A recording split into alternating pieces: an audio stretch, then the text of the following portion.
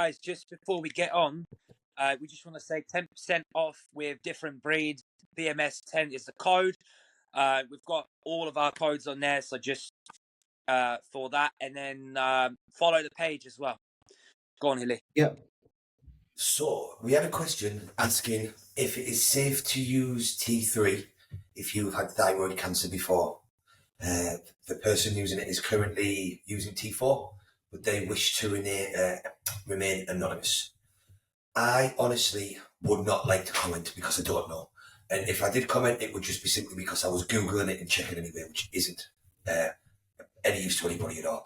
I honestly can't see why it potentially would be an issue, but it is so far out of my education and remit, it's unbelievable. So there will be thyroid specialist endocrinologists that are well aware of this situation, but maybe speaking to one in the UK isn't, or an NHS one isn't ideal because they tend to favour T4, which this person said they are on at the moment. I would potentially try and speak to maybe an endocrinologist abroad or find one that specifically deals with those that have had thyroid cancer. That would be. Do you know why that is, by the way? Do you know why is it that they actually never prescribe T3 over, but just prescribe T4? What's the reason for that? It's less suppressive, isn't it? So ultimately T4 converts into T3, which is they don't want to suppress your natural production of thyroid. But if you've got hypothyroidism, you're not producing enough. You've got high TSH anyway, isn't it? So, to be honest, from what I gather, it's simply for ease and laziness. So if you were prescribing someone T3, you need to check the bloods all of the time. It needs constant monitoring because it can become less effective over time. So therefore, it is just costing the NHS more money to do. They have to do an initial testing, test after 2 to 4 weeks, test again after 4 to 6 weeks, and then it needs regular testing every so many months. Whereas do they not do that with T4? Whereas T4 is much less suppressive, like Dex said, and it's much easier to manage. So what they'll do is they'll say, right, start on 50 to 75 micrograms, go away for 10 or 12 weeks or 3 months, and then they'll come back, look at your readings. If it starts to fall down, if it's not ideal, they'll just say, add another 50. And I think my mum was on T4, and I think they check hers like once every 2 or 3 years because the worst thing that can happen is it just becomes slightly less effective over time and they're not really asked. Whereas if you look at proper thyroid clinics, when they're monitoring things, so I had a client during the summer, he's like, right, we need you to come back after 2 weeks, then we need you to come back after 4 weeks, start with 12.5 micrograms. It takes much more managing. And then if you look abroad, they will even have clients potentially take amethyroid, it's called. And amethyroid is a mixture of T3 and T4, which is the best way to treat a thyroid issue. And sometimes they'll have you dose it 2 or 3 times of the day. So you might, and the amethyroid comes in different ratios. So you might get 6.25 T3 to 37.5 T4, and they might get you to that dose AM or PM. Your thyroid's a really tricky thing to manage. Whereas with T4, it's nowhere near as effective, but it's much easier to just throw at you and tell you to come back later on. It's just laziness, in my opinion. And I get that from the NHS because, as I remind people, even though I'm not the biggest fan of the NHS at times, their real job is to just keep you alive and make sure that you are reasonably healthy. What I don't like about it is they are not trying to make you really feel optimally good. Maybe this is the word, make you, they're not trying to make you feel your best. They're just trying to make sure you can get out of bed and go to work almost, which is a bit shitty for me. It's the same. So if you go and get your thyroid checked, they'll just check your TSH first. They won't even check your free T3, free T4. And then at best, they might check your free T4. And then if you really push and you're lucky, they'll check it on, which is absolutely useless in reality because your TSH can be anywhere, and your T4 could be great. But if your conversion shit, you still feel like crap, and then it can affect a woman's thyroid. Affect the woman's cycle. It affects how we digest it, all sorts. But you've got to be very lucky, or be very, very bad for the NHS to do that much investigation, in my experience. So it's a really peculiar question in the sense of kind of like, as you say, Hilly, I fully support kind of what you said in the sense of this is way kind of out of our ballpark and kind of what we want to comment on. It's just coming away from it from a logical standpoint. Like, what are you trying to optimize here? Is it fat loss? Like, obviously, if you're using T4 to a certain dosage, which obviously is prescribed, if you're trying to go down the fat loss route, there's far better compounds for that, as we know, that wouldn't affect, obviously, your historical case of cancer and so on. So I suppose it's just a bit of a weird question to me in the sense of what are you trying to do? Are you just trying to have an optimal level of T3? If that's the case, then just increase your T4 on its own. Obviously, from the person who's asked the question, I'm assuming they have the capability of getting their hands on T4 if needs be. And if you're shooting for fat loss, you use something that's far more effective, like Clen, ephedrine, or whatever it may be. I can see the train of thought in the sense of T3 is more effective. Can we dose that? My other thought would be is that if someone has had thyroid gland cancer, then it won't be functioning properly. So that would be maybe one of the specific cases where I think they may look to prescribe T3 and T4. And in that case, if they haven't, maybe there's a very good reason that they haven't. But I possibly couldn't say that. If it was me or if it was my wife, I would be seeking out a private endocrinologist. And if their opinion wasn't adequate, then seeing someone else as well, because there will be people that have directly dealt with this. There'll be loads. There'll be a lot of them. Do you know what I mean? I think another issue is we obviously don't know how her thyroid cancer was treated. Exactly. Then obviously the other drugs they obviously are gonna, like the chemotherapy, if she's had it, hopefully not, or whatever she's had done, it obviously affects it. Because like Dee had chemo, and they wasn't testing her TSH levels or nothing, and she felt like shit. So I just put her on the T4 because I not got time to fuck about, and she felt way better. That's just going from my own wife, yeah. She felt better. She dropped weight straight away because the weight wasn't coming off already. Remember I told you, Hilly, weight wasn't coming off post-cancer for like 6 months. I put her on the T4. She felt better. Energy's better. Everything went fucking better. So I just thought, yeah, sound. It's just such a grey area where, well, it's not a grey area. It's such a complex area. I mean, trying to understand endocrinology and the thyroid is such a complex area anyway. It's nuts. And although we think that we have an understanding of it, we really don't. We know how to manipulate it for our benefits. But in reality, on occasion when I've spoken to an endocrinologist, the stuff that they know in depth of it is fucking. I wish I was clever enough and spent the time to understand it, but it's way above our scope, or at least you know what I mean. And the other thing he said is about using semaglutide if you've had cancer, or it's potentially dangerous. So obviously, that's something that a lot of people don't know. Yeah, and that kind of goes back to my question of obviously if he's talking about that sort of stuff, it seems to be for a fat loss benefit. Or yes, yeah. And I'll be that guy. Just stop fucking eating. I'm sorry. Yeah, and I mean it will be. It's he said it's his partner, his wife. So I imagine it is based on fat loss. And like Dex says, I suppose to go further on, there is other stuff you could potentially use. My only air of caution in this side of things is when someone's had something like cancer, there can be so much, and especially through the treatment, because I've worked with a lot of people that have had that. I mean, I've helped a few people get on stage after they've had cancer treatment and all sorts of stuff. But there is so much that can happen to the body during treatment. Anything that we generally know, it may not work out, it may not play like that. It's such a different realm that and you will struggle to find anybody that can give you an answer, because there isn't that many people that will have suffered and recovered and then gone on to do stupid shit in bodybuilding that we do. Do you know what I mean? So there's no bank of experience there. I think another problem is definitely wouldn't use any growth or anything like that. That's for sure. No, nothing at all. I think another issue with it is, let's just say hypothetically, someone's got cancer, they're cured, they recover, they use nothing, the cancer comes back. It's remission, If that person was to use semaglutide, they come back, they'd be like, it was semaglutide. Oh, yes, yeah. And automatically, that's, it's the vape, it was this. Cancer does sometimes come back, and I think if anyone who is a bodybuilder goes into the doctors, they would have experienced this before. Any problem, broken leg, it's because you're heavy, bud. Yes, yeah. Broken shoulder, it's because you're heavy, bud. Yeah. Blood pressure is because you're heavy, bud. It's just kind of like Hilly says. I mentioned to you boys, there's a fantastic podcast on the. He's not actually a doctor; he's a human biologist, but he's the person that kind of fixed Dana White's health. And there is an awesome podcast on that with Joe Rogan, and kind of that's what he says he specializes in, or human biologists do specialize in, is optimizing human beings. Doctors are there just to repair and recover. Yes. If you're trying to be optimal, it's not within their remit. Their literature doesn't support that. It's not what they do. They understand how to repair and fix issues. They don't know how to optimize. And the other thing is as well, like I say, if we go back to the NHS, you know, they are fantastic if we have a major issue. But then a lot of other things, they're not. Like when I do consults about TRT and stuff, and because it's very trendy at the moment, your male testosterone can be 8 to 28. You could be, and bear in mind, 8 to 10 is like the average of a 60-year-old.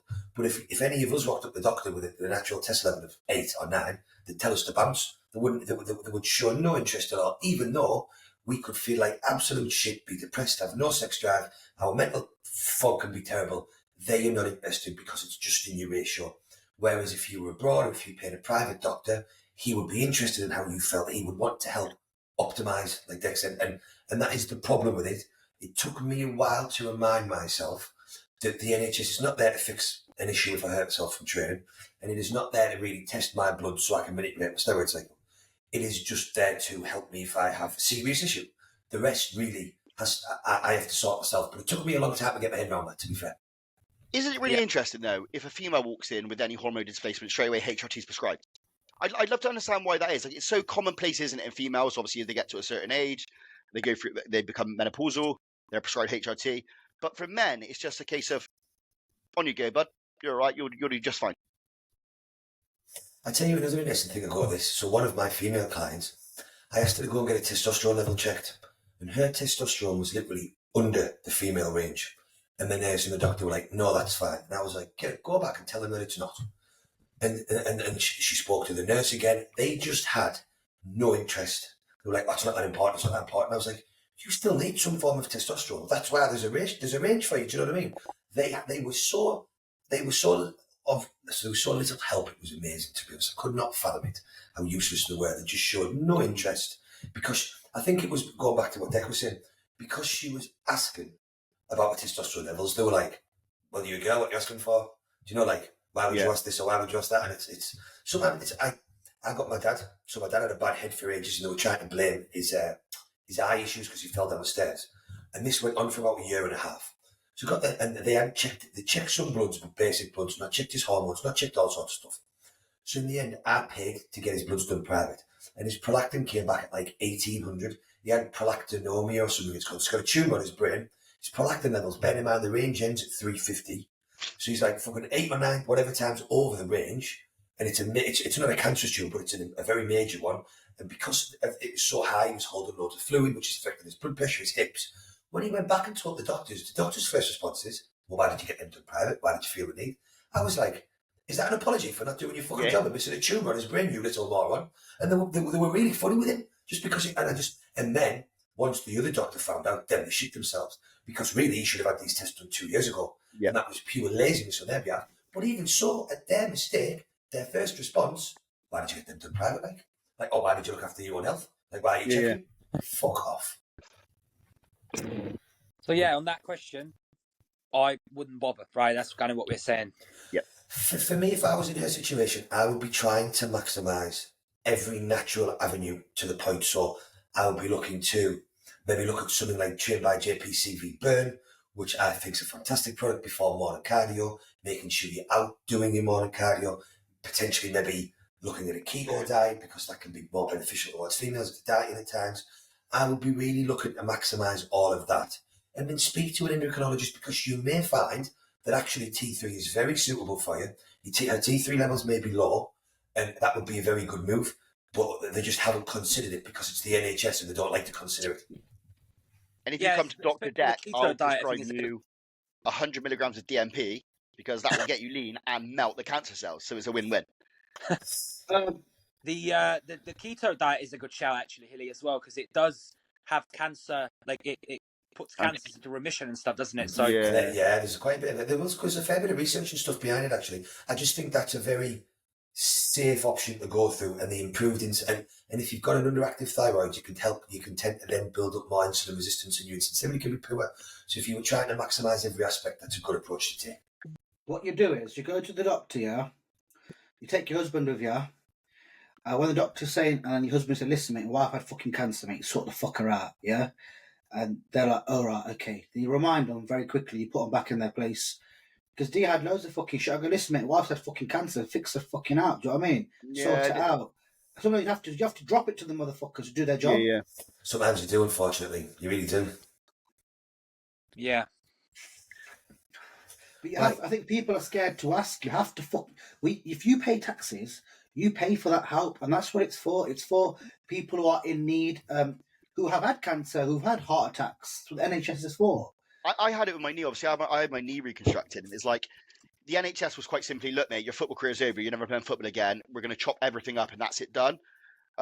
Which obviously is heartbreaking for someone who played football all their life at a young age. But then you go private, and they're like, "No, it's absolutely fine. We'll redo the surgery. We'll have you sprinting again in 8 weeks." Yeah. Honestly, believe it or not, that is the sole reason I ever joined the gym. They told me, obviously, with my ACL and cartilage removed, where the muscle is around the quad, because there's no support to the knee, what will always happen is my knee will just pop or dislocate all the time. The only way to stop that happening now is to develop the muscle around my leg so it's stronger to support the kneecap. So I just started squatting. That's literally how I started squatting. And then over time, I was like, fuck football, I'm just going to take steroids instead. But it's like my pec when I tore my pec. So when I went in, they put me in the MRI like this because I'm bigger. Yeah. So they pushed the pec insertion side against the pec. So when they've MRI'd me, it looked like this. As soon as this, I think he was German or something, the consultant, I took my top off and he looked at me and he went, "Do you take steroids?" And I was like, "I have to, yes." "Do you know steroids can weaken your tendons?" "Yes, if you say so." More or less, it's my fault. So when he booked me with a shoulder specialist, it turned out the shoulder specialist was a guy that I knew. And he got me straight in for an allograft, which is where they use like a dead person's Achilles tendon to reattach it. And they told me to keep moving my arm because that's what you need to do with a tendon attachment, to try and keep some sort of blood flow with. Cut me open, stitched me back together. When I came home, they were like, "Oh, Mr. Hill, we're really sorry. We've read the MRI wrong. This can happen. Your tendons are totally intact and healthy. You've just ripped the muscle. You've ripped the muscle belly clean in two." And I didn't. And the surgeon, like I said, I knew him. He got me in straight away, like in my own room and all sorts. But he was like, "I didn't stitch it back together because I know you're going to train again." And he said, "I've been a shoulder specialist for 12 years. He said, and I've never seen one ripped so cleanly down the muscle. There's only like 10% of it left attached." So he said, it's a different, but really, actually, it was still bleeding. He said, when he went in and prodded it. So I'd been at uni doing my uni work in my final year, moving this arm around, and it hadn't healed. So they reduced my healing. I've got a big scar that covers the whole side of my shoulder. And before I go into surgery, he's like, "It's never happened before, Peter, but if we hit the wrong thing, you can lose the function of your arm." All because they read the fucking MRI wrong.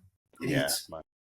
Hey, if you ever try and sue the NHS for liability, it is fucking impossible, mate. They got lawyers and lawyers and lawyers. It is bonkers. Well, I said off to do so, and they came back with MRIs are hard to read. These mistakes happen. Yeah. End of. Yeah. Fuck off. Bro, the NHS can never give you a decisive answer. Like after D's chemo, right? They kept doing, they do the full body scan where it shows you all the colours and stuff. Yeah. They were like, basically, we found out afterwards the cancer had gone after one cycle. But what they said to her was, "We can't guarantee it. So we're going to keep hitting it until the point that we think that even if there's a minuscule amount, we're going to smash it." Yeah. And even till the day she had a final scan, they're like, "We can't see none." They never said to her, "You're cured."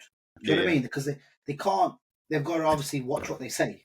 They're always protecting themselves, which is understandable because of the type of world we live in now, where everybody's looking to sort of fucking sue you for something or make a claim about something. So, you know, it goes round in circles, doesn't it? It is a horrid job. Like, well, my old man had a real bad brain hemorrhage, and it was mental. I was in work. My brother phoned me and he's like, "Oh, Dad's got a headache. Can you go to the doctors with him?" I was like, "What do you mean he's got a fucking headache? My old man's like tough as old boots. Do you know what I mean? He's never going to go to the doctor. You'd have to drag him in kicking and screaming." So he's like, "Yeah, he's got a headache. Can you go to the doctor?" I was like, "Yeah, all right, I'll go." So I went to leave work and I get out of my little office and I walk to the door. I get another phone call from a random number. I answer it and it's a surgeon. And he's like, "Hi, Mr. White." I was like, "Hi, how are you?" And he was like perfectly polite and kind of friendly. I was like, "What's going on?" I was like, "Why are you phoning me?" He's like, "We've got your dad here, Craig White." I was like, "Cool. What's going on?" He's got a headache, and he's like, "It's a little bit more severe than that. We need to blue light him to another hospital because we can't treat him for this here." At this point, I said, "He's got a headache." They go, "But we have to warn you. I suggest getting your family round up, as 95% of people will die during this journey." I'm like, "What?" I was like, "What you fucking..." Mate, I went raggo as well. I just went raggo. I was so rude to him. I was disgusting. I was swearing. I was like, "You can't fucking tell me." And I was like, "He's got a fucking headache." Turns out he had a pretty severe brain hemorrhage at that time. But Fucking hell. But yeah, it was that point I kind of got a newfound respect for them because I couldn't have had that conversation with someone, especially someone thinks he's got a fucking headache. He's like, "Look, I'm just telling you for your own benefit. You've got about 10 minutes to get all your family to this hospital before we transport him because he's probably not going to make it till he gets there." It's fucking nuts. Yeah, fucking nuts. Right, questions, Chubs? Did you have loads of questions? Yeah, let's have a look. We'll fire through some, see if we can do a good job this time. I think that one's more for me, but we can all kind of answer it. How much do tattoos affect the look on stage, in your opinion? Massively.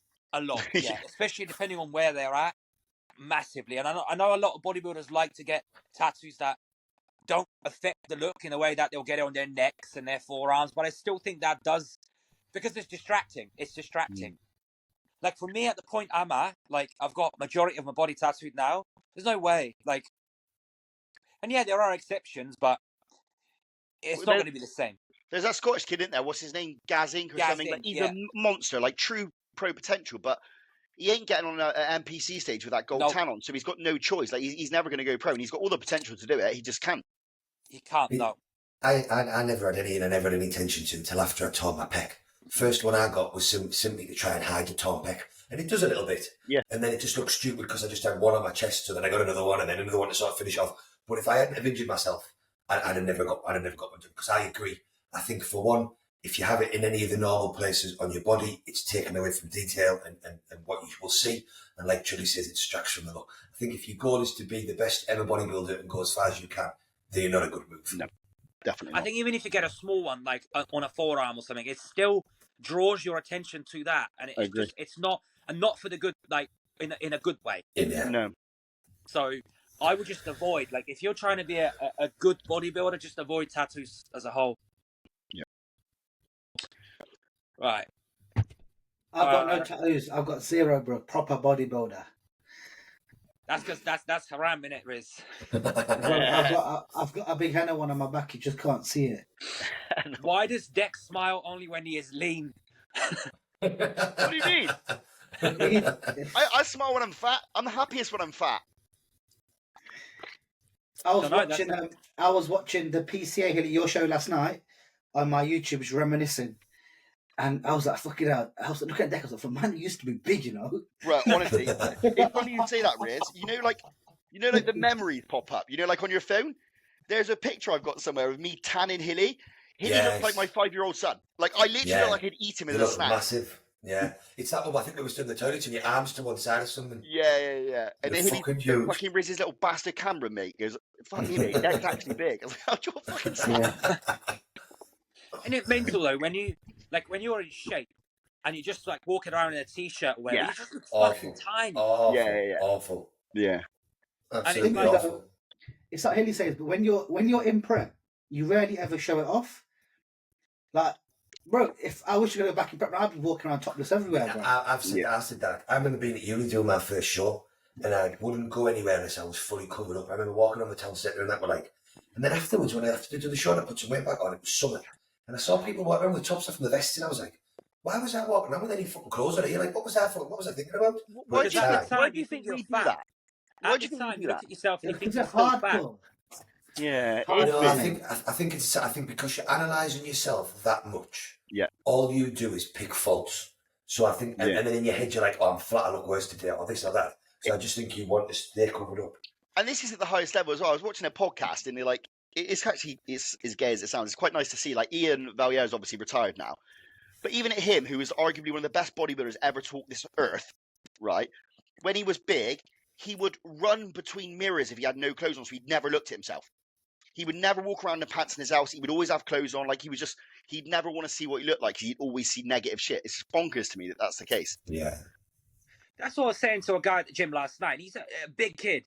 And I said to him, like, I envy you training in a vest because I'm like, I will never come and train in a fucking vest. Oh, I wear a vest when I lean. The way I look at it is I'm like, I don't want to look at myself when I'm training because that will distract me and that will like put me off training. But like, I wish I could just be like you and just come in a fucking gym in a vest and just fucking train. The only time I do is when I get so far in prep, I'll wear, and I've always done this, I'll wear one once a week on the same body part day. So then when I can, so every week I can see little changes. So I think that's motivating. Whereas if you're in a vest all the time, and the other thing is, no one really knows how lean you are. I remember a lad in the gym called Rambo. He was like, "Hey, Hilly, you always wear a t-shirt or a jumper when you took your top off." I said, "I remember it." I said, "I remember it fucking point blank." He said, "You just took your gym off and everybody just ran." I was like, "What the fuck's going on here?" Because you always have a hoodie on or another t-shirt, so no one knew that fucking me. The best thing is, because I used to do the same thing, you always wear a hoodie year round, yeah? So the people think that you're ripped all the time. You only take it off once and you're ripped. Look it out, man. Question, Chuds? Thoughts on time of pin? AM, getting it in early, get food in throughout the day, train hard, or PM after you've had all your food in, after you've trained hard, about to sleep and recover? Is there benefits on time and sleep? Well, we know how this is going to go, and I pin mine at night because I train late.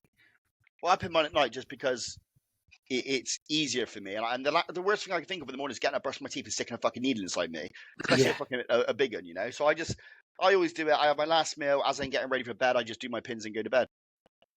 I used to do mine in the morning, and my theory was I was injected into a muscle, and then I was moving all day, so there's more blood flow to the muscle, so it would help it absorb, desaturate, whatever you want to call it. But then since I had Amelina and she's up super early in the morning usually, I now do mine before bed. I think we've even discussed this before actually. I do think there's some research somewhere that mentioned there maybe being a bit of a positive in hormone levels doing it before bed. But then there was also some research showing that it could skew your sleep or some shit doing it before bed as well. I found that. That was Vigorous Steve did a YouTube video on it, and that Justin Shire brought it up, saying that that's kind of what he concluded as well. Especially, I think it was Tren. Yeah, Tren was the one pre-bed, the one that kind of ramp up heart rate a little bit, which kind of destroys your REM sleep. It's good. It's good. Yeah. See, when I was cycling, because obviously I've been on TRT for so fucking long now that I'll just pin mine normally on a Monday. I don't even bother pinning, like, I just pinned a lot on a Monday, and I'll just pin that pre-workout. But that's because I pin my L-carnitine and all that, like, directly pre-workout, so I'll just pin it then. But usually I'll just pin it in the morning, just because one, it's easier, so it's just routine. And it's just what Hilly says, like, if I end up getting pit, at least it's not going to be like at night and my fucking arm's dead all night. At least I'm moving about all day long. I never really get PIP anymore, ever. Riz, you're muted. Riz? I was saying, since I've been pinning at night, I rarely ever get PIP. Ever. No. Like, I can't remember the last time I got PIP. You don't, like, sometimes you hit, like, the muscle weirdly or, like, whatever, you get PIP. Like, you know, in case you get PIP, for me, it's always just been like, right, I get up and I'll just pin it straight then. But I don't think it matters. Like, you know, I think he's overthinking it a lot. Like, I was chatting to a guy the other day and he goes, so I train Monday, Wednesday, Friday. So I'll pin like my NPP on a Sunday, Tuesday and Thursday. So it's in the system for the next day. I'm like, mate, it doesn't fucking matter. Like, it's not like it works like that. I said it builds. So it doesn't matter. Like, no, I don't think it matters much. I think the only time you could maybe, because it's just me that can hear music there. Who's playing like some weird funky ringtone? Yeah, it'll be Riz that. He's always causing problems. Oh, hey, my noise cancellation couldn't even hear it. Hold on. Unless you're pinning something like test suspension or like M-train or like whatever, something like that. Yeah, that'll make a difference. I think the only time you could maybe, and this is just going even more overthinking, is if you were doing like fucking microdosing or some shit. But in general, it doesn't make a difference at all, in my opinion. I think we all agree. Orals do. The trend didn't affect my sleep. So orals will make a difference, right? If you're taking your orals pre-workout, that 100%. will be. But it's pinning.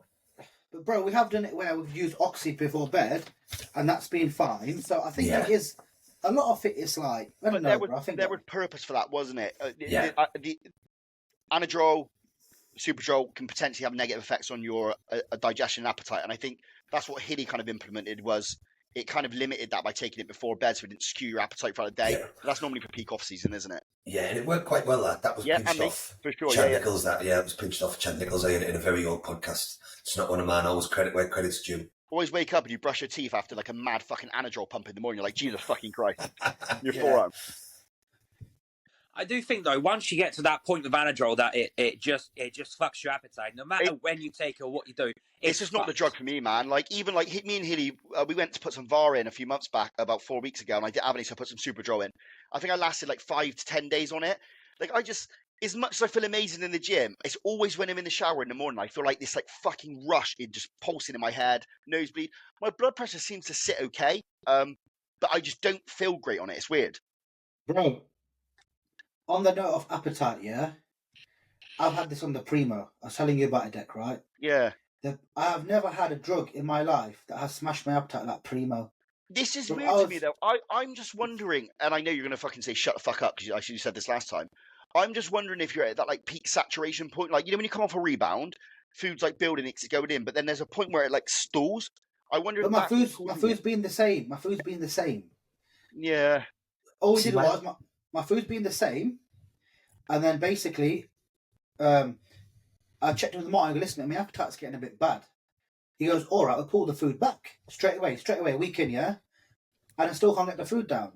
and I pulled the Primo down since Friday, and my appetite's getting better and better now every single day. I've heard people say that though. I've heard people talk about Primo affecting appetite. So I think I've told you about it before.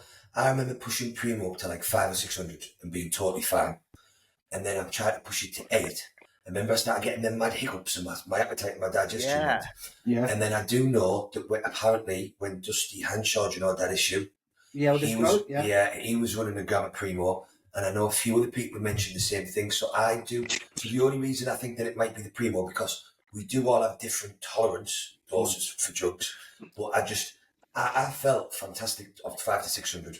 And then when I went past, I remember my ex, she had to rub my back to stop the hiccups. I couldn't sleep. I thought they were that bad. Remember the message you? I thought I was going to choke. Yeah. And then that's what happened to Dusty. He fucking did choke.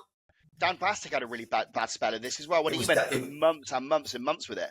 I think the Primo, in a lot of people, it does fuck up your stomach. Yeah, maybe. But it's the same as Tren. We know Tren starts to change the way your acid is in your stomach, and that causes people digestive issues. We know that for a lot of people. Especially when you get lean, like, you know, where you're at the point where like your belly's empty 90% of the day, which I am now. The acid reflux is really starting to become a pain in the fucking ass. It's always when you're super hungry, you've got the trend in there. That's where it gets a bit fucking. And I think that's because you may be producing too much acid, and there's not enough food in your stomach to sort of neutralise whatever's going on. But there's, if we know Trend does stuff like that, and we know Anavar trashes your HDL, there isn't any reason why Primo can't affect your digestion. And don't forget, most people are running like really high. I suppose there's some studies of females using very high doses of Primo. I wonder if, and no one will have read the inside and out of the study. What people will have read is females took 500 mg Primo, females were fine. I wonder if there's anything about gastric issues in the study. Yeah. I spoke to a female at my gym today who uses anabolics, and I mentioned the Primo to her. She goes, Riz, that's the exact reason why I stopped using it, because my appetite went. And I was like, okay, fair enough. But bro, it's like, I was speaking to Martin, and I goes, Martin, I don't really want to change the cycle because I like the way that I look on the Primo. I finally got that round look. Yeah, you have got that fucking round look. Yeah. I got the round look and I liked it, Martin, because we can pull it out, put the EQ in. Normally I would have went, yeah. And I was like, nah, I goes, look, let's just wait another week and try to ride it out. And I'm like, oh, fuck this. But like I said, you'll get that 3D nitrogen retention from 200 mega Primo. And that's kind of what I said to you. That's where I would try and keep it in and just put a minimal effective dose in, so you're getting that little bit of pop to your physique and then offset it with the EQ. I was just going to say that. That's what I would do. Or even 50% Primo, 50% Master, or 50% and the EQ. I honestly just think as well, Riz, your physique's just now got that much muscle, and you're taking, a certain amount of GH and everything else. I don't think that you can. I wouldn't say it'll be fucking 600 mega Primo that's giving you that roundness your physique got now, to be honest. Yeah, of course. See, Primo to me is like I've never got on with Primo. No matter what, it's never been like amazing. Like, it's always been like, it's all right, but like, it was one of the most noticeable drugs for me. Like, I remember me and Hilly put it in. I hadn't ran it for at all. And you fell in love with it straight away, didn't you? Yeah, I just had a very different, bubbly, round look to my physique that I didn't have from any other compound before. And again, that might be because everybody's got a different amount of nitrogen retention naturally, and we know Primo increases nitrogen retention more. I've just done a consult with someone there, and I was trying to explain to them that it's drugs. See, with drugs, we know drugs affect us all so differently. Some people will take 300 mg of test and they're like, I feel unbelievable, my sex drive's through the roof. I'm taking 900 mg of test and I don't really feel much of anything at all. No different to when I was taking 300. But I've never noticed. I've never felt drastically different, unless I put 600 mg of training, obviously. But apart from that, but let's take Ryan James as an example. Like, you don't think like, see, this is the exact argument me, Craig, and Ryan had in our group chat this morning. Ryan's like, no matter what I use, I don't feel any different. He's like, I can use EQ, NPP. I'm like, what are you talking about? I said, I feel different on every drug. I can tell you exactly what. So I said to him, look, NPP. If I use NPP, I know I'm using NPP. I just feel low. I just feel anxious. He's like, nope, that's not the thing. I'm like, but it's individual to the person. Yeah, because you see, for me, the only drug that I personally feel I notice is Tren, because I've become I'm a very impatient person. I'm a very punctual person. People being late and people taking the piss starts to annoy me more. I sweat more, and my sleep goes to shit, because we all know how badly it affects my sleep. So, but apart from that, like, I don't generally think I feel any difference from now taking 900 mg fucking test, which in reality is a hefty dose. And when I was taking through the Omega test, I can't say I feel any different at all. I And know that's that. probably better though, ideally, like for you not to feel it, because like what we feel is we feel side effects. That's Yes. what That's it is. correct. Oh, yeah. yeah.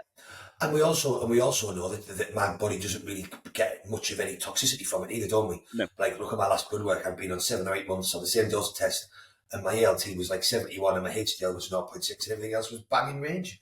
So I'm not really feeling much from it, and I'm not really getting any sides from it. Does I'm that mean just you not don't fucking... respond as well from Well, it then? this is the other thing, you see, because I'm also not fucking... I don't look like I'm taking fucking 2.5 grams of key, do I? So...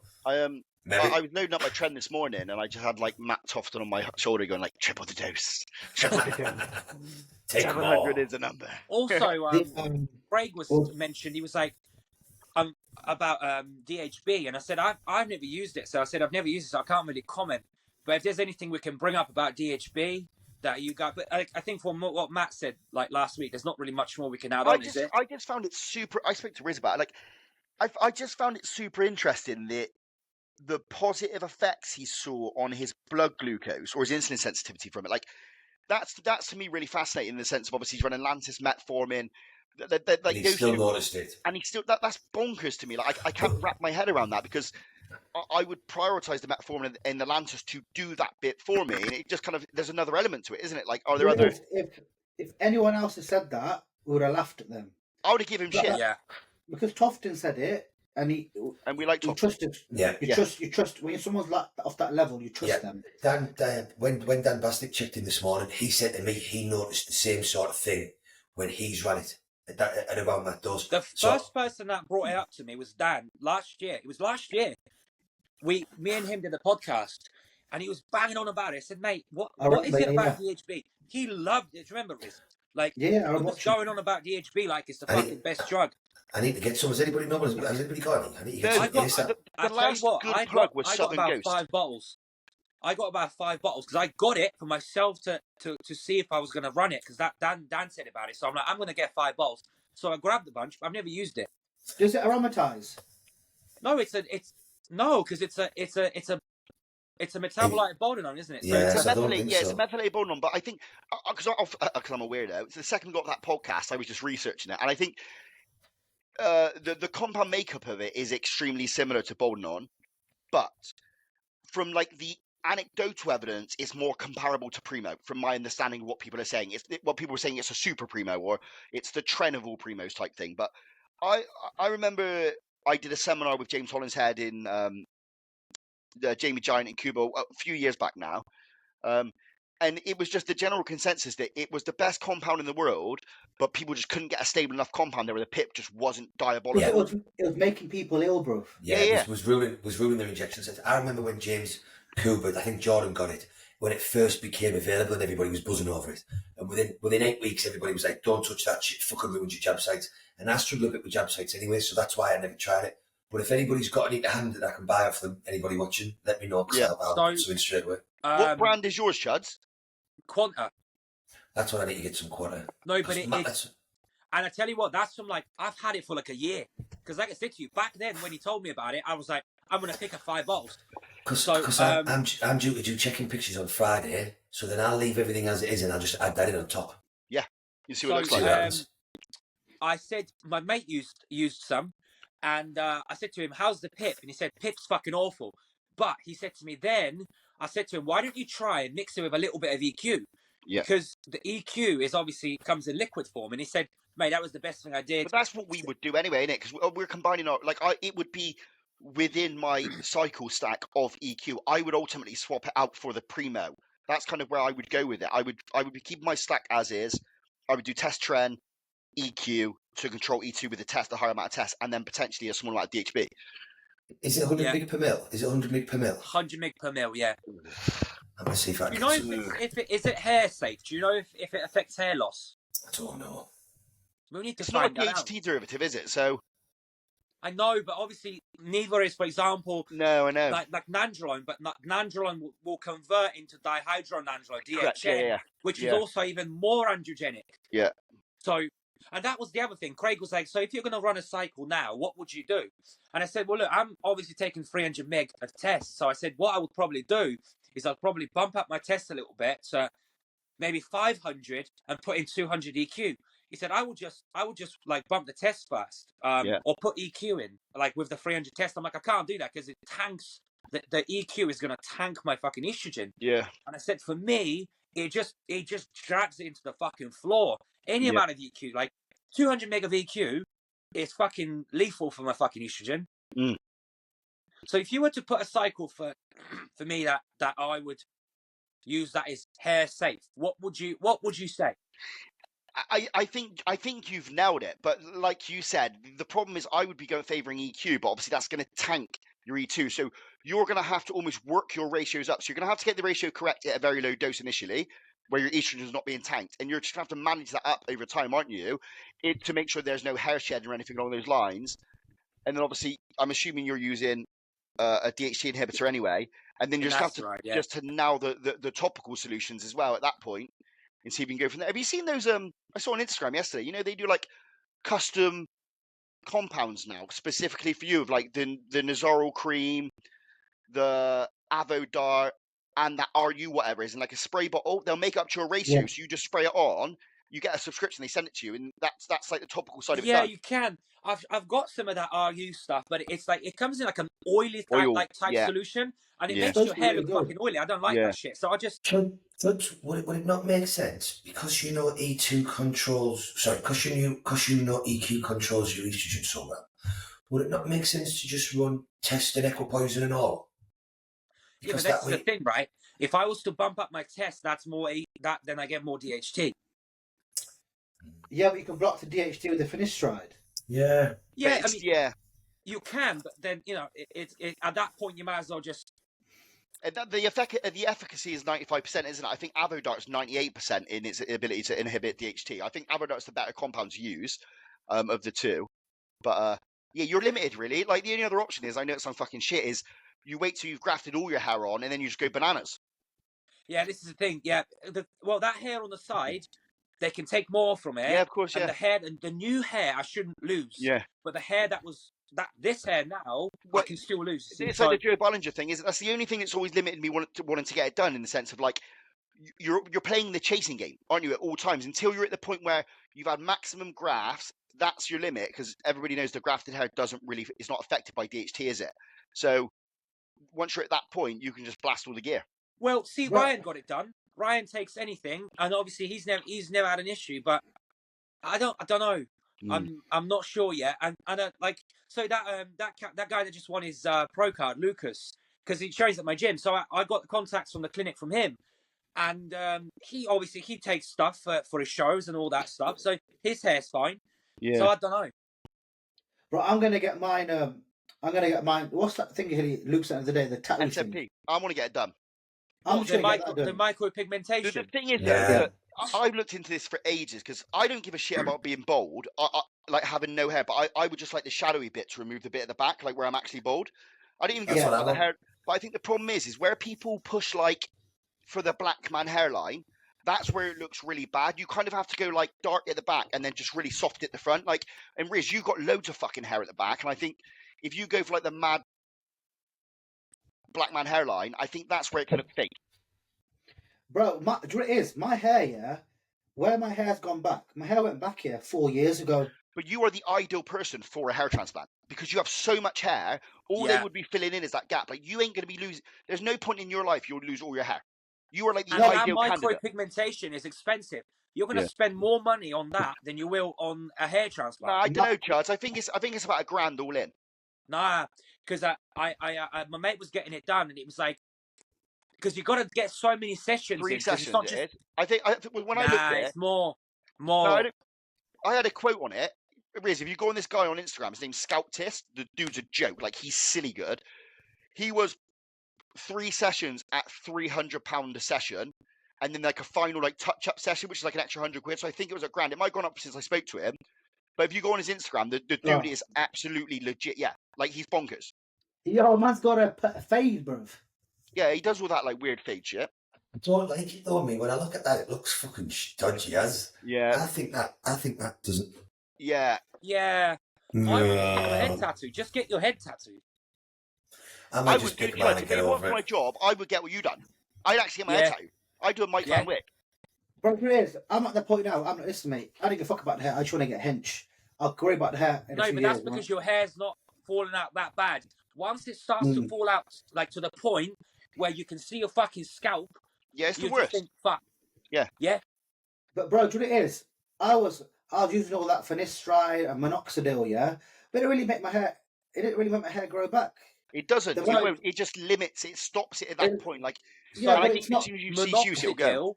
Minoxidil will help hair regrowth, but you got to use it every day, right? I Yeah, and used it it for a bit. I'll use it one day. I'll use it for a week straight. My hair will start falling because what it does is it gets your hair to start shedding for like the new hair to start growing, but then you stop it and it's like, and then every time you restart it, you go through that shedding stage and it's fucking awful because you actually end up losing more hair. Yeah. Finasteride will only block DHT, but actual direct DHT. So DHT derivatives, like for example, Winstrol, won't stop. Won't stop. But my thought process this year was, I did my whole of my prep on Mastron, a gram. I'm using Mastron now. I used Mastron all last year, and my hair's not got any worse. No. So But until you lose like 50% of your hair, you don't even know. Like for me, right? Like it took me about a year and a half to actually start noticing it. When you start to notice it, then you're fucked. No, but I can notice it, but it's not the point where it's like fully gone, like really thin. It's still a decent amount. It will never go. Your hair's never going to go. It will just be receding. That's all you're going to lose. Is just a receding hairline. But they're the people that are the best candidates for. But look at like Joe Ballinger as an example. Like he had to have 2 surgeries or something, and that's just kind of what happens with that process. You get your transplanted hair on, but then the real hair falls out. You get another transplant, then the rest of the hair falls out, and then what you happen, like he's got 3 hairlines because he's got the transplanted first one, it's thinned again, and then the transplanted one. So now he's just had it bicked off and then SMP'd. Yeah. Well, this is the thing. I had mine all over my head, right? So some people will just get gaps filled in. I had it all over because my hairline's fine. Yeah. What it is for me is it just thins. Yeah. So, but yeah, I think if you get the hair transplant, it's probably the your best bet. I would say, especially how cheap it is. It's like you might as well.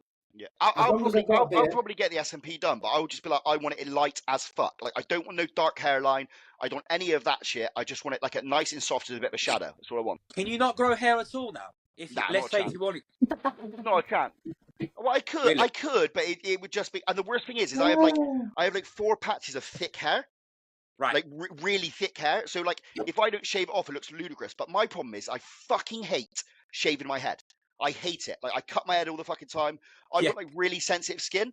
Like I've even got to use like spasticated shower gel. So if I run like a razor up my head, mate, I just cut it and get like notches all over my head. Can't you get the machine? The thing. Nah, because they're even worse, man. Because they didn't even get like a fucking full shave. They're the worst. I used to just trim it down to like a 0.5, but also because of my tattoos, you can't really see my hair. Yeah.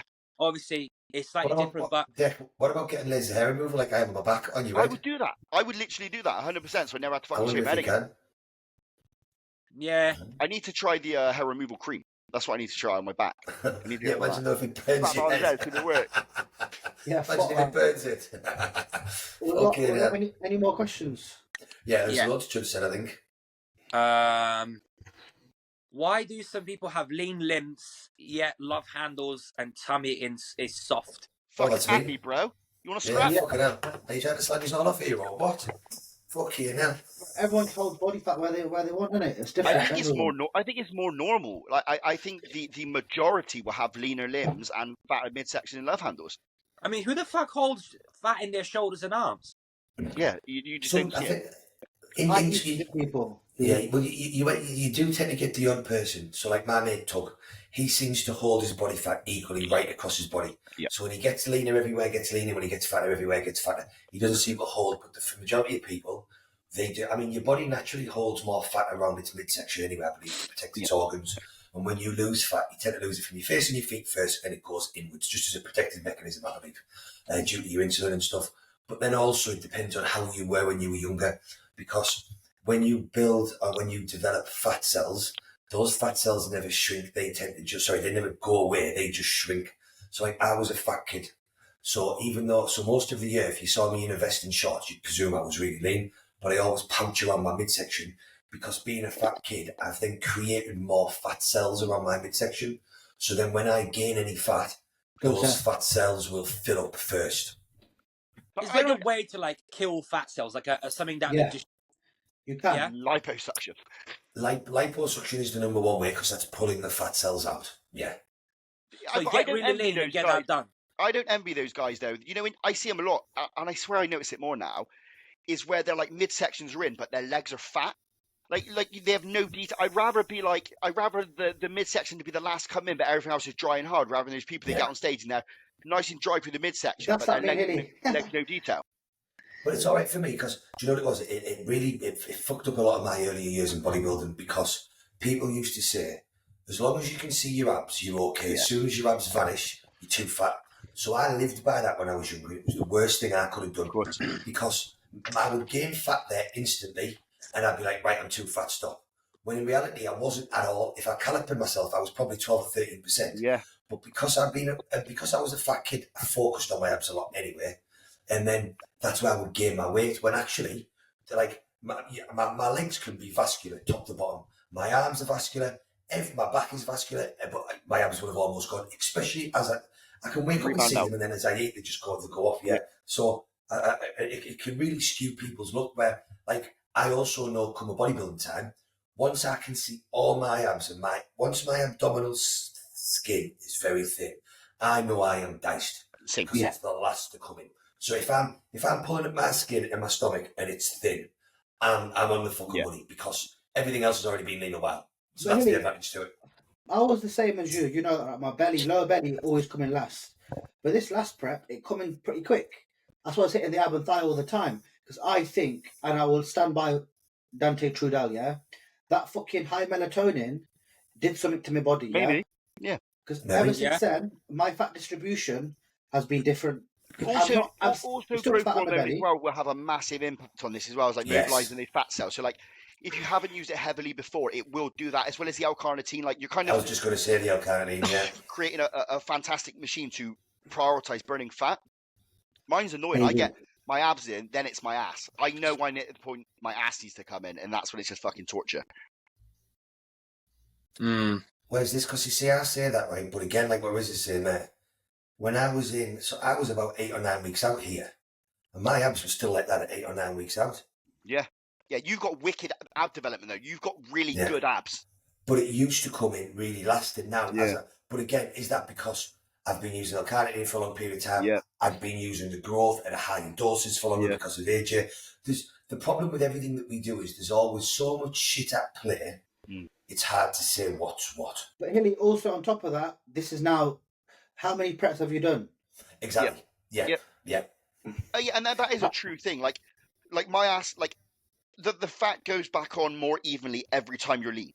Do you see what I mean? Like every time you lean and it goes back on, it goes back on a little bit more even every single time as you push back up.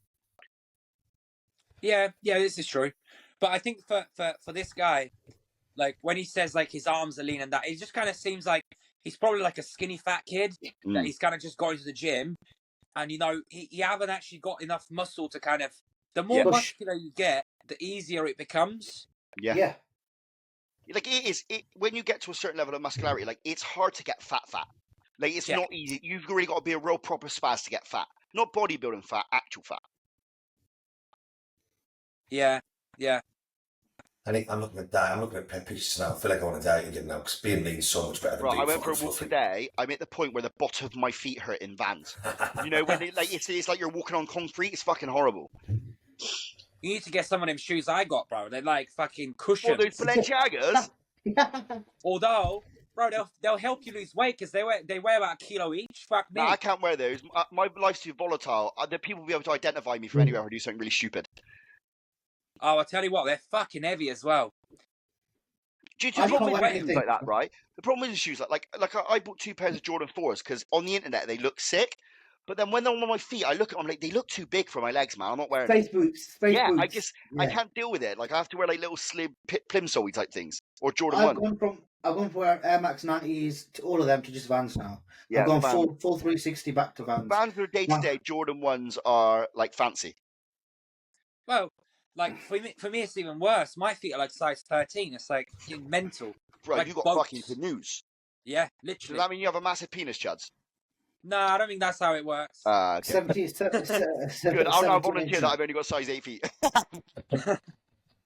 Chudley's been putting the turbojet in his cock. Yeah.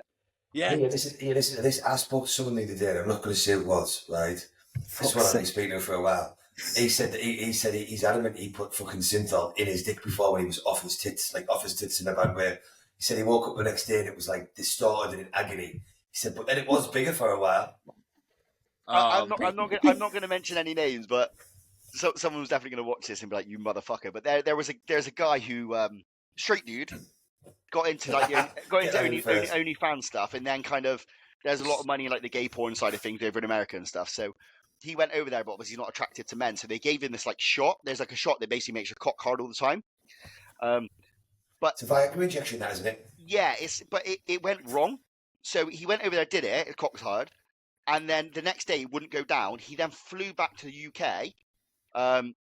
There was something wrong with the injection site. He had to go in for surgery. His cock's now broken, and the only way he can get it erect is by using like a pump. I've seen a video where some old guy got a pump.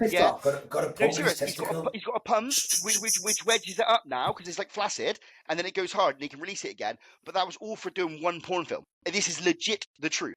He did one injection, one porn film, flew home. It started building like real bad pressure, like it was getting painful for him. Like there was a load of blood in there. I had to go to hospital. You're talking about it in quite detail. Was it you? No. I wish I had a pump. It'd be great. Imagine how big it'd be. I know a guy that got the same thing. Like he got one of those injections, and he said when he did it, he said like it bruised, and then for the first 2 or 3 hours, the bottom part of his dick was out and the top part wasn't. He said when it kicked in, he said it was the most painful injury he's ever had. But he said it wouldn't fucking go away. No. He said about 5 o'clock in the morning, woke up hungover, and he was sat downstairs with a bag of frozen peas on his dick because it was that painful, it wouldn't go away. Honest. He did say it was a big earner though. Yeah, fuck that, putting shit in your dick. Fuck, I wouldn't be injecting that. No chance. No. I reckon Chudley's got his dick tattooed as well, bro. Chuds, you got a tattoo on your dick? Nah, I couldn't get that. I couldn't, like... You have to have it erect to do it, innit? You know Nah, I know. Do you actually... If I run out of space, I might just think, fuck it, but I'm going to have to find a bird to do it, because I can't put that... my poor tattoo through that fucking... and put it on your cock. No, honestly, bro, because of Chudley's fucking Instagram, I get the tattoo videos too, yeah? Oh, you've been watching the dick ones? Yeah, and the guy was like, how'd you tattoo someone's cock? And he goes, it can't be flaccid. He goes, it can't, because obviously when it stretches, it changes the artwork. Yeah. So you have to have a boner. Fuck off. Yeah. I'm being serious, bro. I'm Googling it now. Nah. It's like saying, my mates got their cocks tattooed. They definitely weren't hard when they hadn't done. How do you know that? You were looking at your mate's cocks. Well, they would tell me. One of them's got a Playboy bunny on it. Nah, but like, I mean, like a proper tattoo, not like a... Nah, He's the kind of guy who does that. Listen, it says here, normally if you get a spoon or a wooden spatula, you put it under the penis, then bend it over and stretch it out, you'll be fine. Oh. I'll get like the bottom bit done, but not like my actual dick. Like, nah. I imagine like that would be fucking worse when you start when it's soft as well. That's not for me. I might just black it out, make it look bigger. Yeah. No, black I'm mate. It'll make it look smaller. Yeah. And I could put like in my Instagram bio, I might put like a white man with a BBC or something. Yeah. Next question, Chuds. Right. What does it take to be a 120 kilo plus bodybuilder? Go on, Riz. Listen. You tell us. As I am the pound for pound. What is that? Actually, I can't work out in pounds, in kilos, bro. What's that in pounds? 260. 260. Oh, what does it take, bro? I don't know. Deck's been 260 off season, bro. It's not hard. I mean, is it a good 260? It wasn't a terrible 260 last time, but I think like... What's the heaviest you've been? What's like the heaviest? 268. Fat as fuck. Cookies. I'll need to send you lot. No, I was fatter the first push-up with Sass, bro, I was a fucking walrus. You have never seen anything like it. But the 268 I was with Hilly, that wasn't a terrible one. It was a good 268, especially for like, it was a very good 268. What, next time you get to that weight, you're going to look fucking sick. Oh, yeah. And it's got better and better every time, that kind of body weight. The first what time did you get to? Bro, Louis kept pushing me to 275, and I looked like a fucking water buffalo. I need to send you like a picture. I was so fucking fat. Actually, I think I've posted it. Like, I was just so fucking fat, so fucking out of breath. It was the worst I fucking felt. Fucking awful. 275 was the heaviest I got to. Like, terrible. It felt terrible. There you go. I used to go to the gym, right? Can you see that? Zoom it in. Yeah, but that's still not fat. That's not even that bad. No, it's a good one. It's bad. Yeah.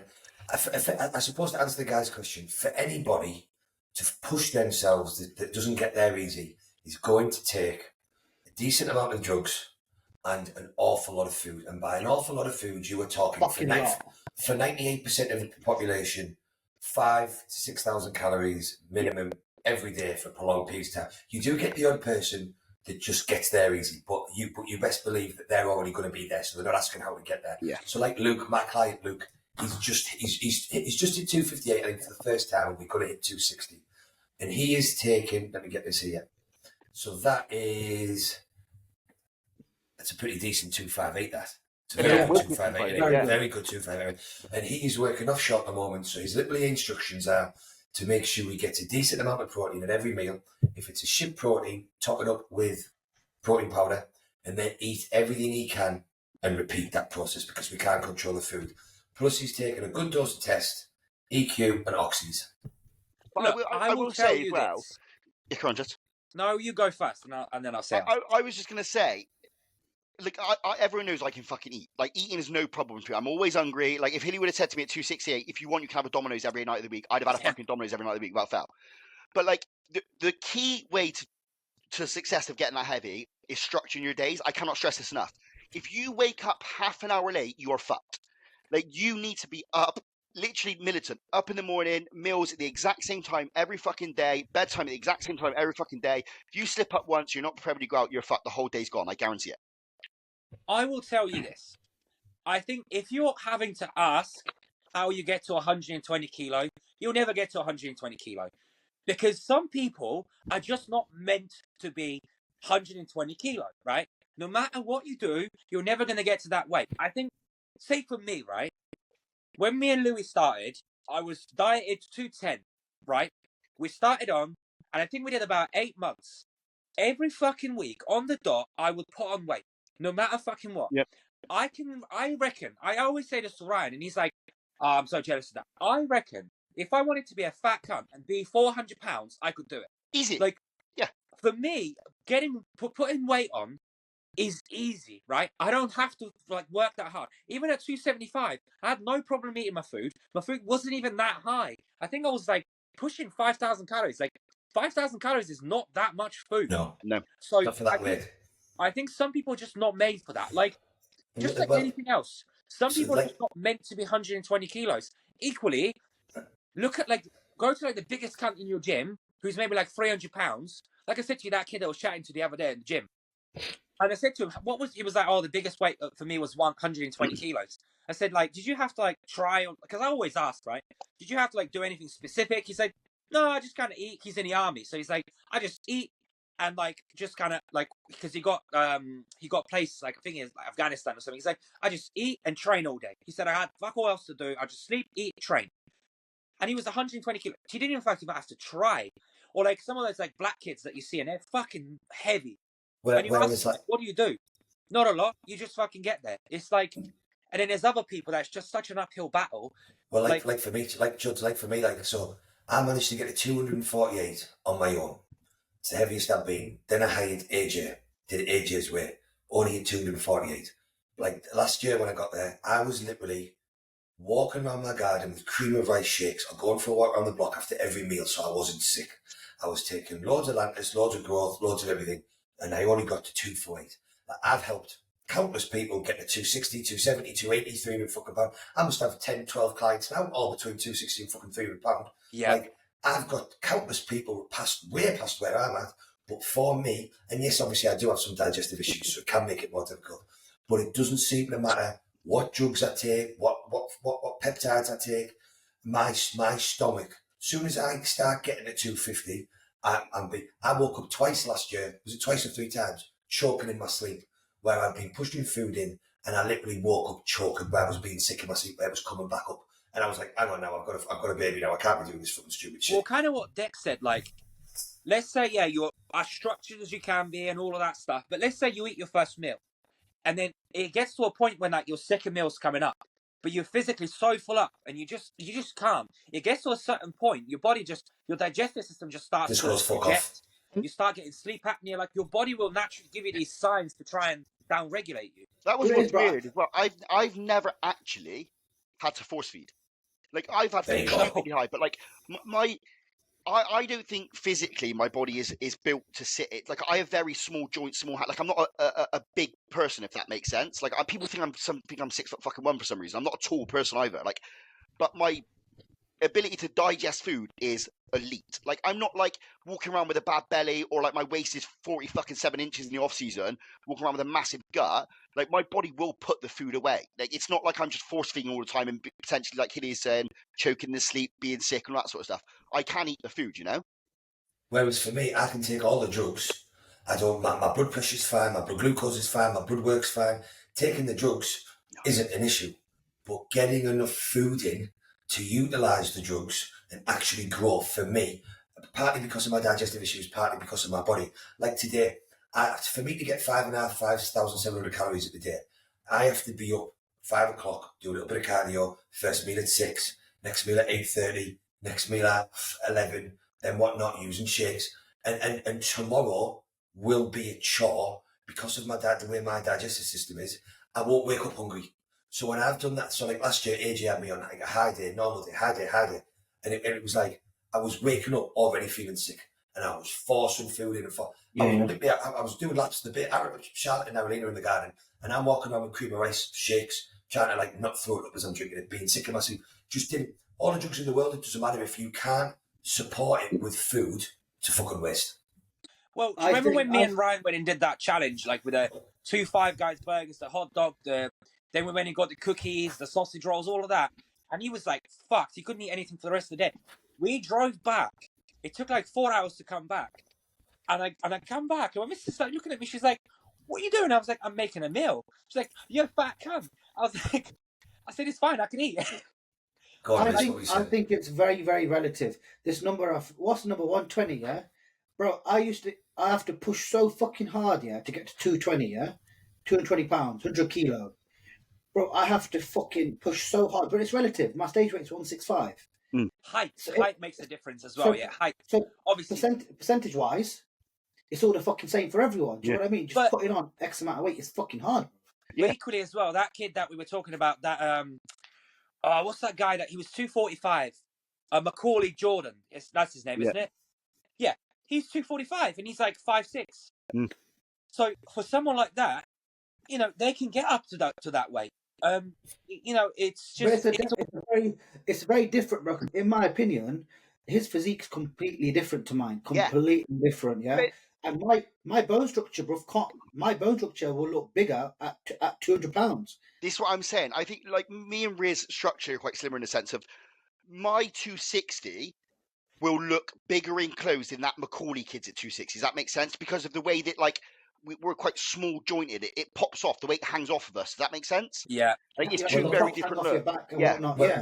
Look at when I competed when I was backstage with all the lads. I remember Mark and someone else saying to me, "Hilly, when you walked backstage with the top, we were like, what the fuck?" And then you took your top off and it was like, how the fuck does someone look that big? Like Martin was 50 pound everything. I mean, Grandson's taller. Martin's big. But on stage, I look bigger than them in areas because of the way I've got tiny little girl hands. My wrists are tiny. So you know, my 14 and a bit stone on stage does look bigger than some people's 16 or 17 stone by the way you put together. That's why we and not to give Riz too much props. Like over time, and like I genuinely mean this. Riz has the potential to be better than all of us at bodybuilding because of the way that he's shaped. He just needs more time to build more muscle. I'm not. I was going to say free turbo eject. It looked like you when they put the time in and pushed past that hard point of eating food. What they look like in the end. You know, look at Jack Eagle as an example. You stood next to him in a front double. Your structures are so similar. I think he just doesn't do half reps like you, which is why he's got more muscle. Listen, you fucking pricks. Listen, turn to the rear, bruv. Man, you don't answer, Bro, mate. but You want me to but see bro, you? You'll to kind disappear. of answer the question for that guy, look at someone like Lee Priest, for example. Like, he used to get to like what 280 or 290 or something, right? And he's like what 5 foot or something. Those pictures piss me off though. Like, I know a lot of like the people who are just desperate to be fat cunts and eat cheat meals all the time. Like, they really like hone in on that. That one picture you see of Jay and Lee sat down eating KFC or whatever, when they stood up, they still had abs. Like, they could guest pose in that condition. Yes, they look like bloated whales in that moment. It's probably the last meal of their day. They're sat there eating KFC. But when they wake up in the morning, they will have some lines. It's not the same as Joe Bloggs, who trains at the gym, as him being a fat cunt in the off-season, you know? Oh the yeah. other thing is, Lee Priest always says the other fat picture that they use, that was part of some sort of advertisement thing where they wanted him to look fat. Yeah. So he tried to look fat and then they touched the pictures up. But he did get big and fluffy. But again, like, this is it, you see. Like, Deck's 268 there, that's a very impressive 268. Luke's 258 there is a super impressive 258. Like, a lot of, and once you, for most people who should be pushing to 260 or 270, they are not going to look fat at 260 or 270. The only people I think that tend to are those that should have stopped at 240 and just kept fucking going because they were chasing the scale. And then they end up looking like an absolute sack of shit. And then they also don't end up being as lean as they should have been on stage. I think as well, I'm at the point now where once my food gets to about 4,500, it generally gets hard. This year it's been easier, right, until the primo bullshit. But I'm at the point now, I'm saying to Martin, listen, mate, just let me have my 2-3 meals a week like you did before, because I can eat them. When it comes to eating shit, I can do it. So just let me do it that fucking way. Because every time I try doing it super clean, and I can't get the fucking weight on. Yeah. With Nathan Harmon, I got it fucking on because we were eating shit every night. Yeah. So I was just looking on my emails, back from my emails. So at 275, my food peaked at 5'8" on a training day, and which is not really high. And 4'8" on a rest day, and I was training 4 days and 3 rest days. So my average calories are like 5,000, and I was 275 pounds. I think mine would have been around that, or maybe a bit more, wouldn't it, Hilly? Because we were doing like 8 meals at one point, like 6 solid, 2 liquids at one point. Whereas the last and an off plan once a week, right? And an off plan. Whereas last year I was forcing between 5,000 and 6,000 calories every fucking day with 2 hard days, and my weight would not, no matter what I did, go over 248, 249. No matter how bad I felt. I will tell you what though as well, like for me to start then dropping weight, I don't have to like slash my calories like super low. Like I can still diet on like fairly decent amount of food. Like I could probably get lean on about 3,000. Yeah. So it's not like it goes completely the opposite where your metabolism is down regulated completely. So my metabolism is not, just says like my metabolism is not that adaptive. Yeah. Which, like I said, so for that guy asking, I don't know whether he's asking what we kind of eat that we've been at that weight, or how you feel, or if he's kind of asking how he should approach getting to that weight. But I think it's different for everyone. But like personally for me, like I said, getting to that weight was easy. I didn't have to eat that much. Yeah, I felt shit, but that's because I'm just 50 pounds, like maybe not 50 pounds, 40 pounds heavier than I should be, than my body wants to be. And like my back pumps were fucking awful. Like I said, I could only train 4 days a week. Yeah. And my volume was like low because my back was just getting pumped after about 3 sets. So it wasn't fun. Do you know, to this guy who's asked for about the 120, yeah? Bro, do you know how I've seen Matt Barmer, yeah? He's what, 5'8", 5'7"? Yeah. And for a guy of his height to be how heavy he was, people don't realise how much that motherfucker ate. Yeah, 8,000 calories, and he was putting it down. I remember Nathan Styles asked me, he goes, how much is Barmer eating? I go, listen, mate, he's eating more than you.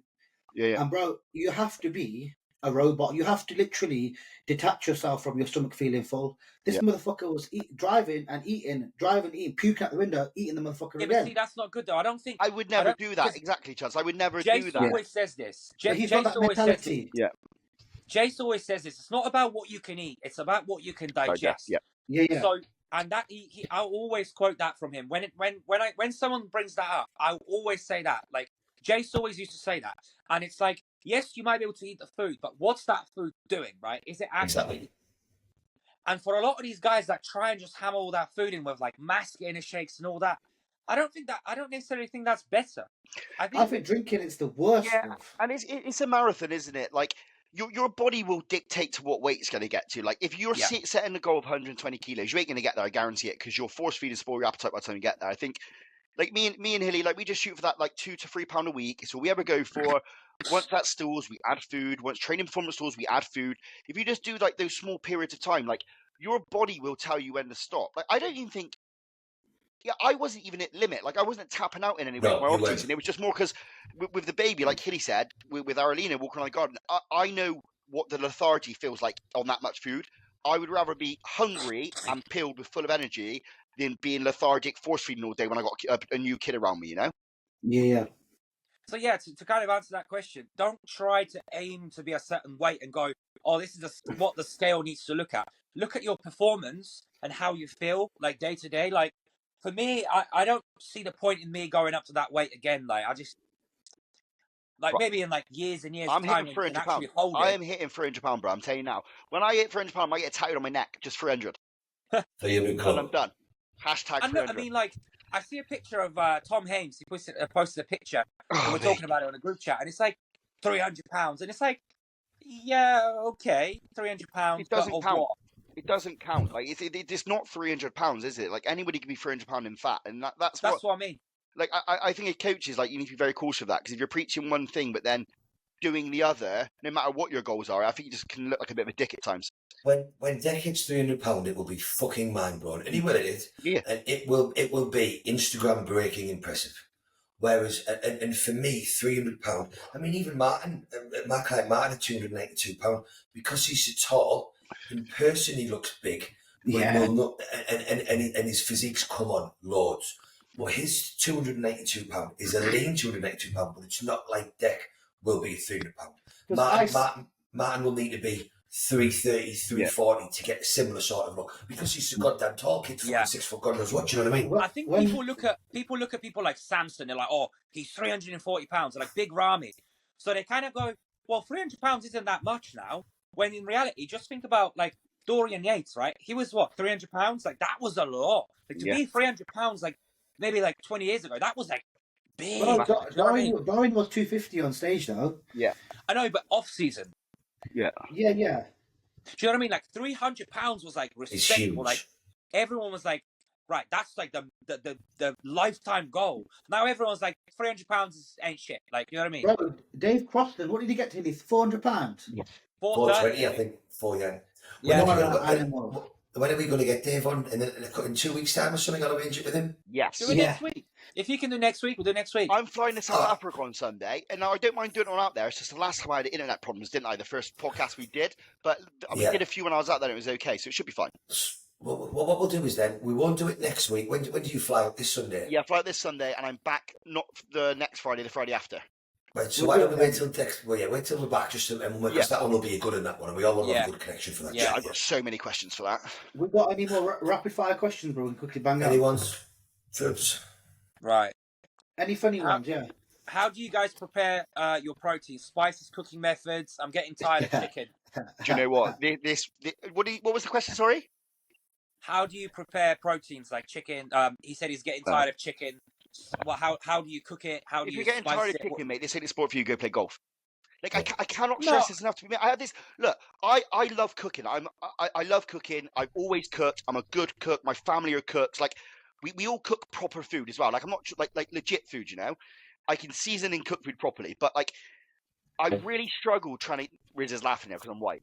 I really struggle with trying to get this into people's head. To be good at this, you have to remove the emotional attachment for food. It is fuel. You can have an off-plan meal once a week. I'm a fat cunt. I love cheat meals. Hilly looks at me in disgust when he watches me devour 5,000 calories in one sitting. But like, it's the day-to-day, the Monday to Thursday, and then Saturday and Sunday just has to be a case of this is not food, this is fuel. Now, use seasoning, use spices all you want. But if you're trying to make every meal this kind of fucking Michelin-starred fancy thing so you enjoy it, you're looking at it the wrong way. I don't think that's what you're saying, though, Dick. I think, like, you and I can relate to that because I'm literally like chicken and rice. But we're like fucking autistic to that point where we will just do that. But I think for most people, especially lifestyle clients, which I'm assuming this guy probably is, like, look, chicken it does get tiring. Sometimes it's fun as well. I'll eat chicken. It gets to a point when I don't even digest it that well. So I'll go and just change it. I'll do turkey. You can do like they do like 2% lean beef mince now. You can just change it, can't you? It doesn't have to be that fucking same. Bro, Do turkey burgers. Do you know what I mean? Like you can change it. What I find works really well, I know Hilly will agree. What I do is I do a month of air fryer, a month on the pan, a month in the oven, a month on the barbecue, and it constantly changes the texture a little bit. And I stay. These are you've gone back to the air fryer. Do you bulk cook your chicken, like your meats? And I cook everything as I go. I cook everything as I go now. So I can't hear you go. Sorry. So what I used to do, what was the same is I might do 2 weeks where I was barbecuing it. And then I might do 2 weeks where I was putting it in the slow cooker, so it was like shredded chicken.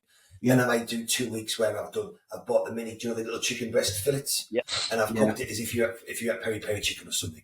So it's just providing a little bit of different texture. So you're eating the same food, the same meat, and you can cook it, and you can cook it in bulk still.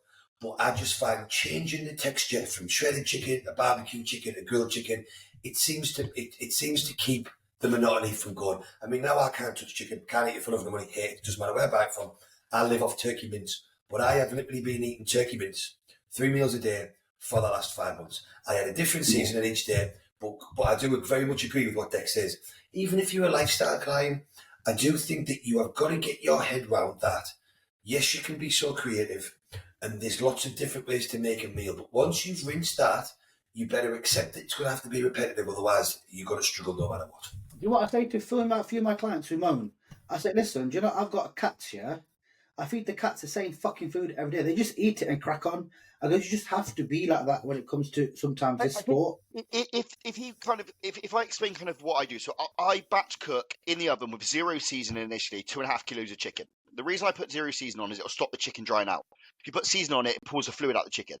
So that's that cooked. I have a rice cooker which I cook every day, which I'll just fill up, cook the rice, and that's done away. So then what I'll do is I'll chop the chicken up into 200 gram portions.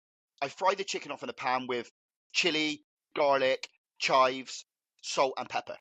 I microwave the rice, yeah? So that's what we're frying off. Once I microwave the rice, I chuck the rice into the pan so it's hot so it doesn't stick on the pan. And then I mix it all together. And you get like a bit of a browning, if you like, on the chicken and rice. And kind of that's the same process I followed every day now for the past fucking 4 years. I always do the same process. It's the fastest way for me. And then once that chicken runs out, I just bang another 2.5 kilos in the oven and then go from there. Because by the time I'm eating it, it's never off. Do you see what I mean? I don't see why people find it such a hard meal, bro. You get like 100 different packets of rice from them fucking Tesco's, yeah? You get literally every single flavour, lemon and lime, peri-peri rice. The rice cooker for me was a game changer, man. Like, I think also, like, people, like, focus on the protein rather than the actual carbohydrates. So they'll eat, like, plain as fuck rice, dry as fuck rice, right? Yeah. And then they'll go, it tastes like shit.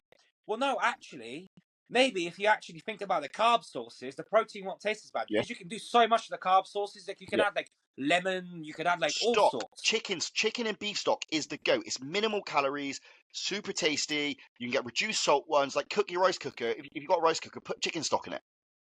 You know what I used to do a lot. Hilly used to go. He said to me that I was a lass. I used to get gravy, Bisto gravy. I put it on my chicken and rice and eat the bastard. I will say as well, I'm not sure what you guys up or who the viewers where they're from, but down here we obviously got B&M, and they do these like packets. It's like a box of southern fried chicken gravy, which is like KFC gravy. It's 48 calories per serving. You just make it up. It's thick as fuck and it's super tasty. Another one on that note. The curry sauce. Do you know you get the Patax sauce, yeah? Yeah. The jalfrezi one is like 36 calories per quarter tin. All of the pasta sauces are so low in calories when you're not using the whole jar. Like they're all below 100. I'm talking about the curry sauce. Curry sauce. Yeah. Like jalfrezi. But even like the thing is, right, the cheesy ones, the cheesy like creamy ones, they're only like 80 calories per 100 grams. They're still below 100. Yeah. I only buy like the tomato based ones sometimes, and I whack a bit in my chicken, and bro, the whole taste change. Yeah. Or you got like lighter than like mayo, or like whatever the fuck you like. I can't eat that shit, bro. I love that shit. Honestly, the highlight of my off-plan meal is mayo. Full fat mayonnaise and chips. Mate, it is the when I go to Five Guys, like I literally fill up about 5 pots of fucking mayonnaise. Yeah, mate. I'll make I like mayonnaise.